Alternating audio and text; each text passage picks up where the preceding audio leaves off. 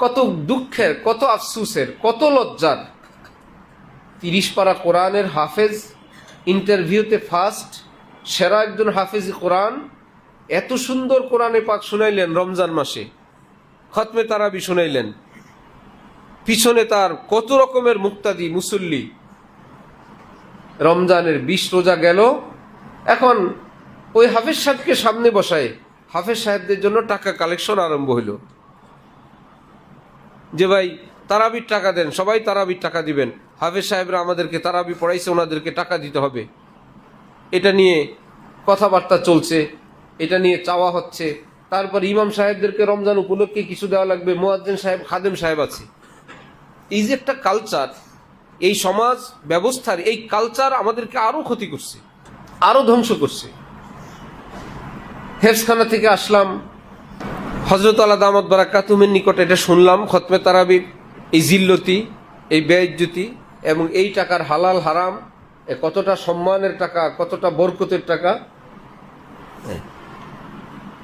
যে মসজিদে খতমে তারাবি পড়ানো হইতো সেই মসজিদে গিয়ে এলান করা হলো যে কোনো টাকা পয়সা আমার জন্য উঠাবেন না, মগবাজারে,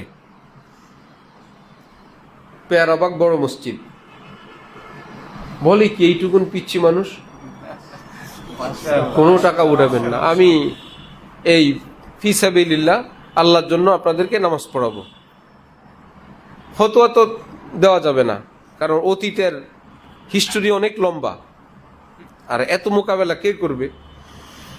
হযরত আল্লাহর সঙ্গে মশওয়ারা করে বিনা ফতোয়ার ভাষায় হযরত আল্লাহ থেকে শোনা, বললাম একজন হাফেজ সাহেব তারাবি পড়ান, মনে মনে আশা 27 রোজা আমাকে একটা টাকা দিবে, আমি মার্কেটিং করব, খাবো, ঘুরবো, উড়াবো। আরেকজন হাফেজ সাহেব তারাবি পড়ান, আমার কোনো 27 নাই, আমার আজকে যেমন 27ও তেমন, আমি শুধু আল্লাহর জন্য পড়াই। দুইজন ইমামের নিয়ত এবং মনের অবস্থা কি একরকম? আপনারা কোন ইমামের পেছনে নামাজ পড়তে চান? 27-এর অপেক্ষায় থাকে না বিনা অপেক্ষায় থাকে? তারপরেও তারা স্থানীয় কমিশনার, হোলি ফ্যামিলির কোন কমিটির লোক, অনেক গণ্যমান্য, মগবাজার এলাকা ইত্যাদি ইত্যাদি। এবং এটা কোনো সম্মানের হইল হাফেজ সাহেবদের সামনে ওনাদেরকে টাকা উঠান। পরের দিন বলল প্রতিদিন আবার ঢালকানগর আসি, পরের দিন এরা ঠিকঠাক করলো, ঠিক আছে আমরা এমনিতেই উঠাবো। বললাম এমনিতেই উঠাতে পারবেন এক শর্তেই, প্রথম টাকা উঠবে সভাপতি সাহেবের জন্য, দ্বিতীয়টা সেক্রেটারির জন্য, তৃতীয়টা হাফেজ সাহেবদের জন্য। যে ভাই সভাপতি সারা বছর মসজিদের খেদমত করেন, ওনার জন্য আপনারা সবাই যে যা দিবেন দেন, এটা প্রথম রুমাল।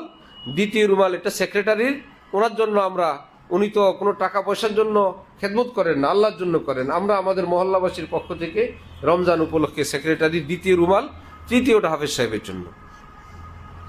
এইটা বললে তো বেচারারা এইবার মাথায় আসছে যে এতো তো আমার নামে টাকা উঠলে তো এর চেয়ে তো আবার মৃত্যু ভালো। ও ইজ্জত শুধু তোমার আছে, আলেমে দ্বীনের নাই? সামনে বসা এরকম বেইজ্জত করো, জলিল করো, কয় টাকা দাও? টাকা কয়টা দেয়? বেইজ্জত করে দিন কি দিন মানুষের সামনে। যে মানুষকে এরকম মেন্টালি মানসিক টর্চার করা হয়, সে বড় হবে কিভাবে? শেষে বলল ঠিক আছে, আমরা আর এরকম ঘোষণা দিয়ে, তারা জীবিত আছে এখনো অনেকেই, আলহামদুলিল্লাহ, বহুত মহব্বত করে এখনো, ভীষণ।